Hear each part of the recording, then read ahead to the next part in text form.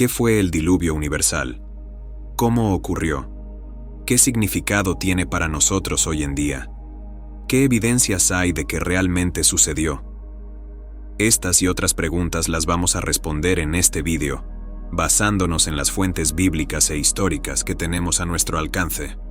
Hola queridos amigos y amigas, bienvenidos a un nuevo video de nuestro canal. Hoy vamos a hablar de uno de los episodios más fascinantes y misteriosos de la historia de la humanidad: el diluvio universal y la figura de Noé, el hombre que salvó a su familia y a los animales de la extinción. Pero antes de empezar, te invitamos a que te suscribas a nuestro canal si aún no lo has hecho, y a que actives la campanita de las notificaciones para que no te pierdas ninguno de nuestros contenidos, y así nos ayudas a crecer y a seguir ofreciéndote videos de calidad. Ahora sí, sin más preámbulos, comencemos con nuestra historia.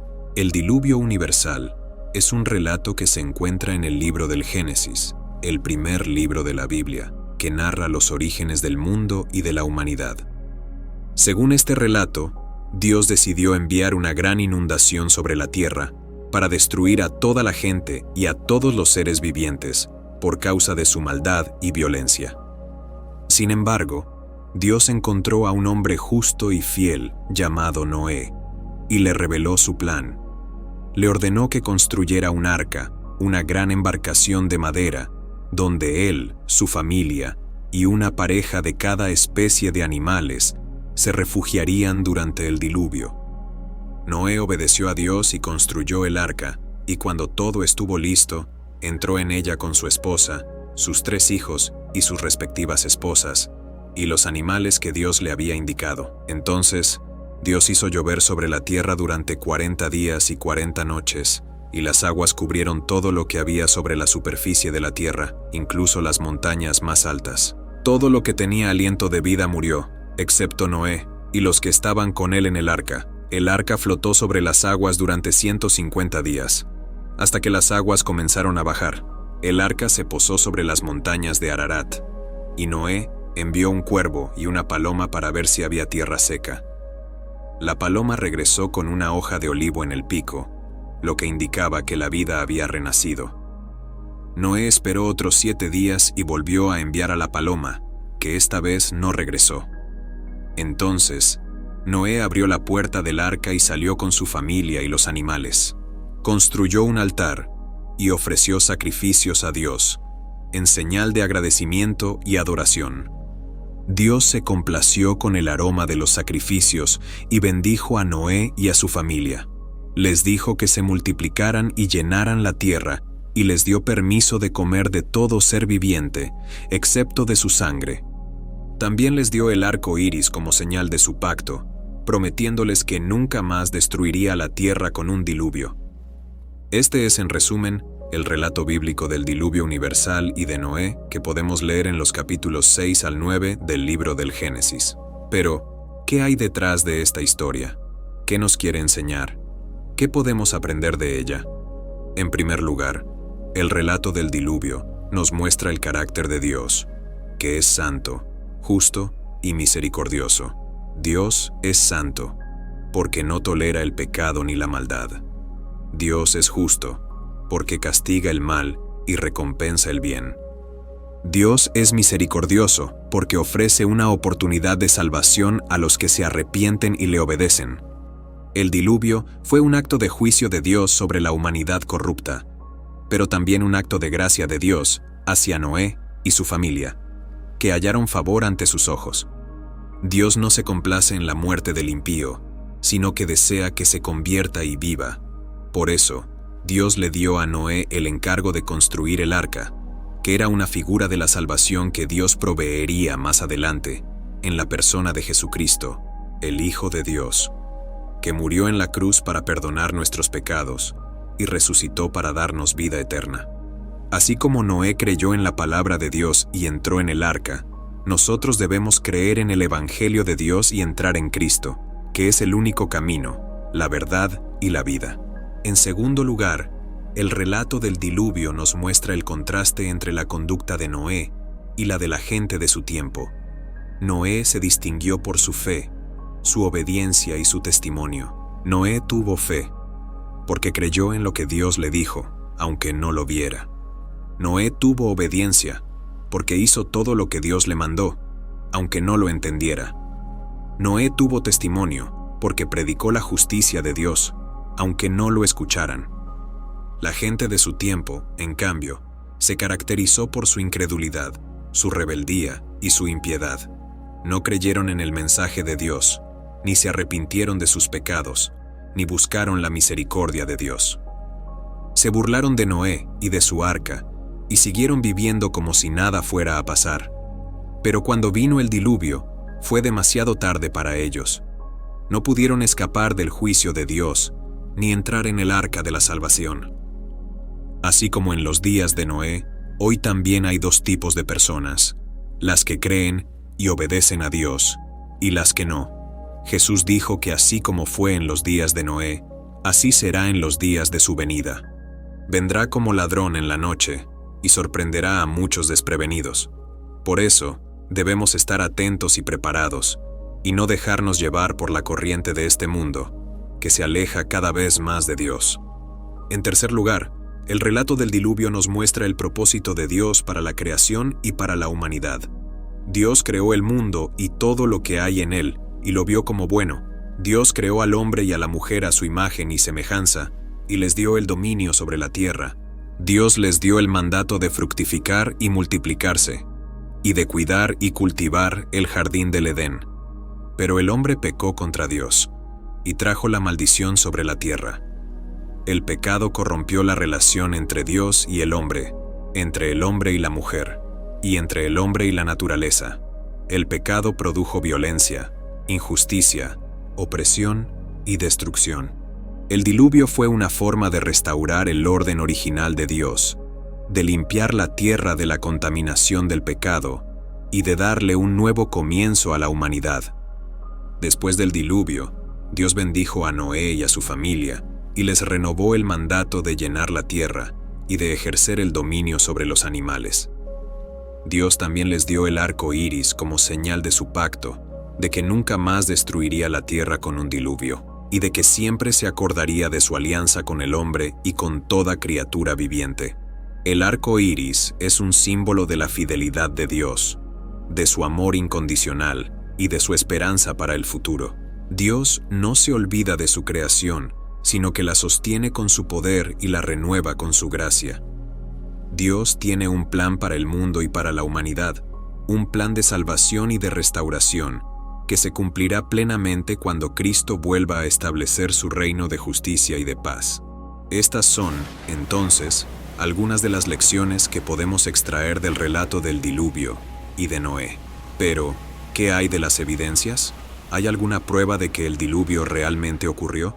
¿Qué dicen la ciencia y la historia al respecto? La respuesta a estas preguntas no es sencilla ni definitiva, pues hay diferentes opiniones y teorías al respecto. Algunos creen que el diluvio fue un hecho histórico y literal, que cubrió toda la tierra y que dejó huellas geológicas y arqueológicas. Otros creen que el diluvio fue un hecho simbólico y alegórico, que refleja una verdad espiritual y teológica, pero que no tiene una base histórica ni científica. Y otros creen que el diluvio fue un hecho local y regional, que afectó a una zona específica del mundo antiguo, y que se basa en una tradición oral y escrita compartida por varios pueblos y culturas. Veamos, brevemente, cada una de estas posiciones y sus argumentos a favor y en contra. La primera posición es la que defiende que el diluvio fue un hecho histórico y literal, que cubrió toda la tierra y que dejó huellas geológicas y arqueológicas. Esta posición se basa en una lectura literal del relato bíblico, que describe el diluvio como un evento universal, catastrófico y sobrenatural, que duró más de un año y que anegó toda la superficie de la tierra, incluso las montañas más altas.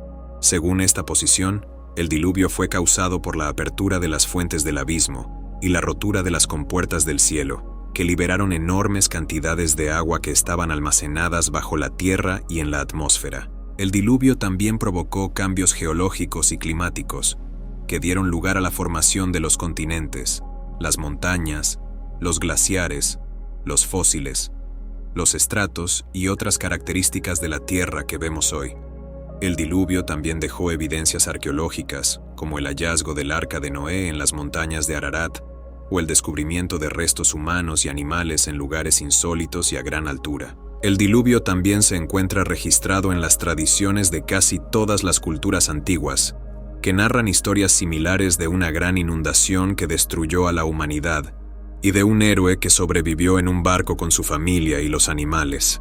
Los argumentos a favor de esta posición son los siguientes. Es la posición que respeta más la autoridad e inspiración de la Biblia, que presenta el relato del diluvio como un hecho histórico y literal, y que lo relaciona con otros hechos y personajes bíblicos, como la genealogía de Noé, la dispersión de las naciones, la profecía de Isaías, la predicación de Pedro y la enseñanza de Jesús. Es la posición que explica mejor la existencia de los fósiles, que son restos de seres vivos que murieron de forma repentina y violenta, y que quedaron sepultados y preservados por capas de sedimentos y rocas. Los fósiles muestran evidencias de que hubo un mundo diferente al actual, donde convivían animales y plantas de distintas especies y climas, y donde el hombre tenía una mayor longevidad y una mayor estatura. Es la posición que concuerda mejor con el testimonio de las tradiciones antiguas, que conservan relatos similares al del diluvio bíblico, con variantes culturales y mitológicas, pero con elementos comunes como la causa moral del diluvio, la intervención divina, la construcción de un barco, la salvación de una familia y los animales, el envío de las aves, el ofrecimiento de los sacrificios y el establecimiento de un pacto. Los argumentos en contra de esta posición son los siguientes.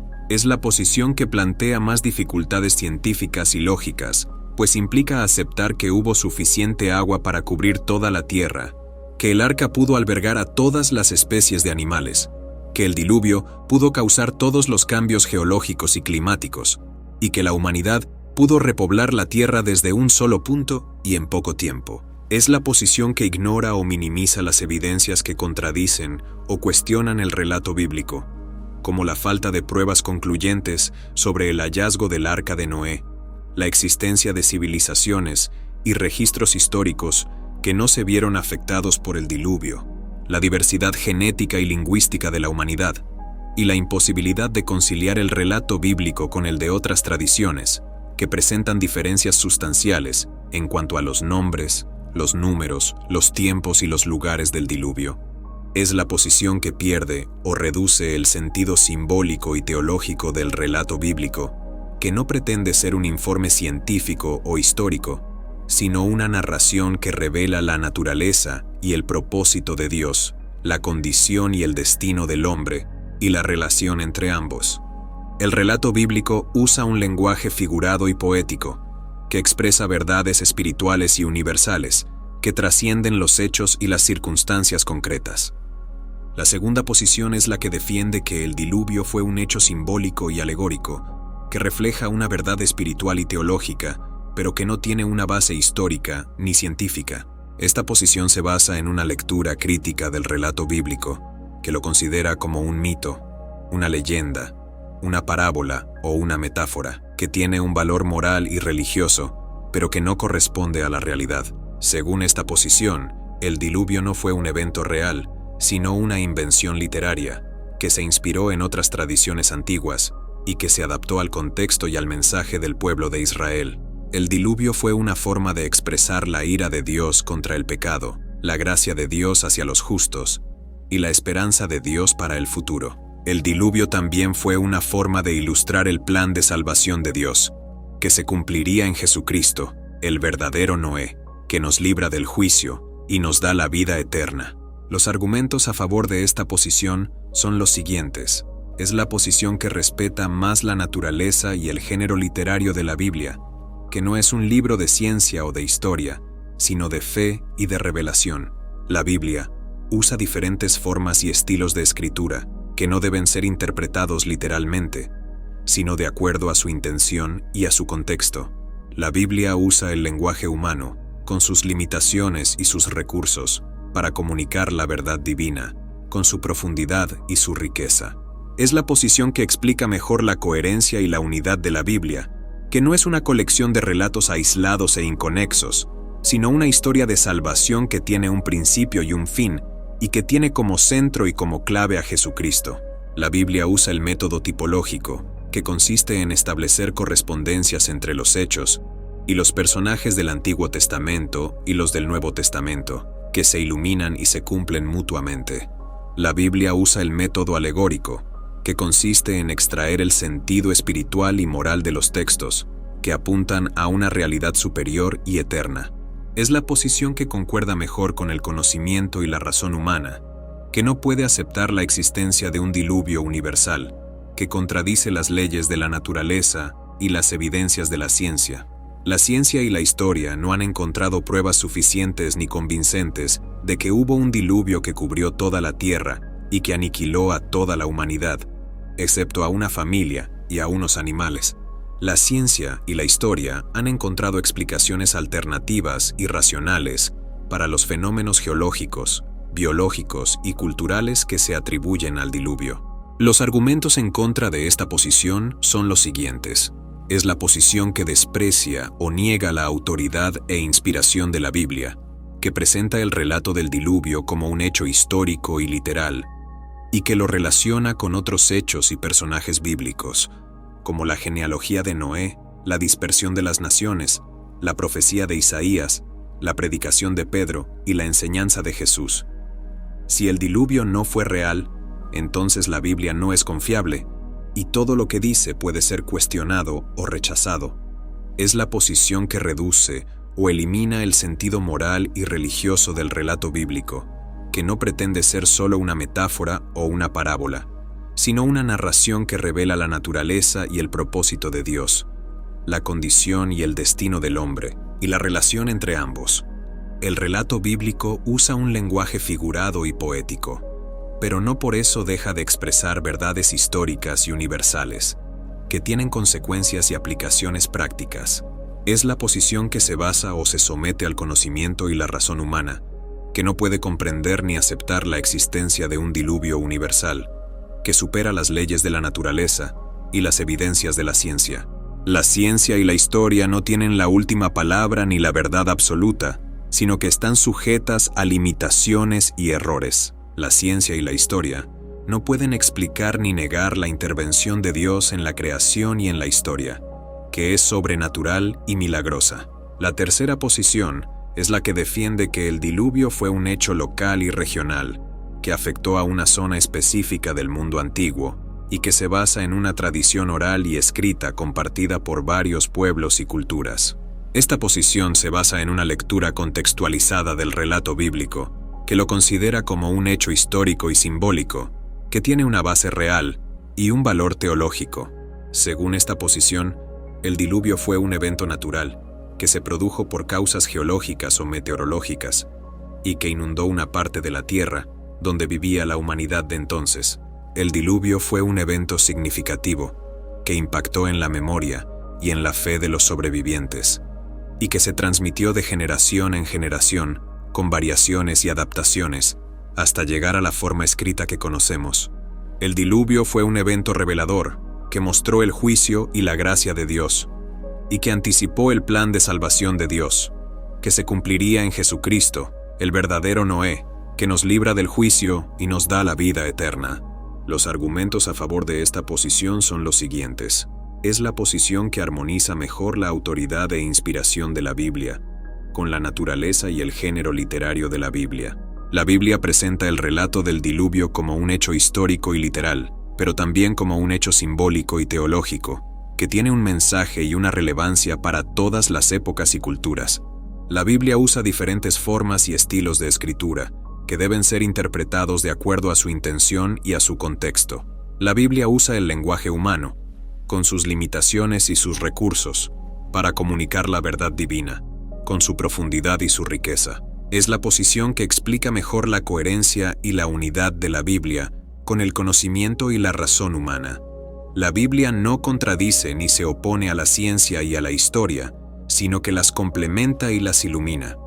La Biblia no se basa ni se somete a la ciencia y a la historia, sino que las trasciende y las supera.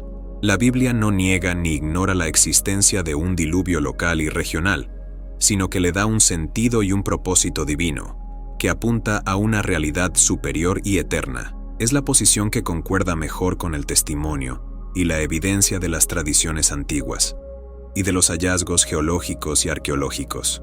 La Biblia no es la única fuente que narra el diluvio, sino que hay otras fuentes que lo confirman y lo enriquecen con sus propias perspectivas y matices. La Biblia no es una copia ni una adaptación de otras fuentes, sino que es una fuente original y auténtica, que tiene su propia identidad y autoridad. La Biblia no es una leyenda ni un mito, sino una historia y una revelación, que tiene su base en la realidad y su valor en la fe. Los argumentos en contra de esta posición son los siguientes. Es la posición que plantea algunas dificultades hermenéuticas y teológicas, pues implica reinterpretar o relativizar algunas afirmaciones y expresiones del relato bíblico, que parecen indicar un carácter universal y catastrófico del diluvio, como la duración de 40 días y 40 noches, la altura de 15 codos sobre las montañas, la muerte de toda carne, la alianza con toda criatura viviente, y el arco iris como señal del pacto. Es la posición que plantea algunas dificultades históricas y culturales, pues implica determinar el lugar y el tiempo exacto del diluvio, que no están claros ni consensuados, y que pueden ser varios y diversos, según las fuentes y las teorías. Algunas de las posibles ubicaciones del diluvio son el Mar Caspio, el Mar Negro, el Mar Mediterráneo, el Golfo Pérsico, el Valle del Indo, el Valle del Nilo, el Valle del Éufrates y el Tigris, y el Lago Victoria. Algunas de las posibles fechas del diluvio son el 2300 a.C., el 2900 a.C., el 3100 a.C., el 4000 a.C., el 5000 a.C. y el 10000 a.C. Es la posición que plantea algunas dificultades morales y religiosas, pues implica aceptar que Dios castigó y destruyó a una parte de la humanidad, que quizás no era tan mala ni tan culpable, y que dejó vivir a otra parte de la humanidad, que quizás no era tan buena ni tan inocente. También implica aceptar que Dios hizo un pacto y una promesa con una parte de la creación, que quizás no era tan representativa ni tan significativa, y que excluyó a otra parte de la creación, que quizás era tan digna y tan importante. Estas son, entonces, algunas de las posiciones y de los argumentos que existen sobre el diluvio y Noé. Como puedes ver, no hay una respuesta definitiva ni unánime, sino que hay diferentes opiniones y teorías que tienen sus puntos fuertes y sus puntos débiles, y que requieren de un análisis crítico y de una reflexión personal. Lo que sí podemos afirmar, con seguridad y con fe, es que el relato del diluvio y de Noé es una parte importante y valiosa de la Biblia, que nos revela el carácter y el propósito de Dios, que nos muestra el contraste y el destino de la humanidad, y que nos enseña el camino y la esperanza de la salvación. Esperamos que este video te haya gustado y te haya sido útil. Si es así, te invitamos a que nos dejes un comentario, un like y que compartas este video con tus amigos y familiares. También te invitamos a que te suscribas a nuestro canal, si aún no lo has hecho, y a que actives la campanita de las notificaciones, para que no te pierdas ninguno de nuestros próximos videos. Hasta pronto.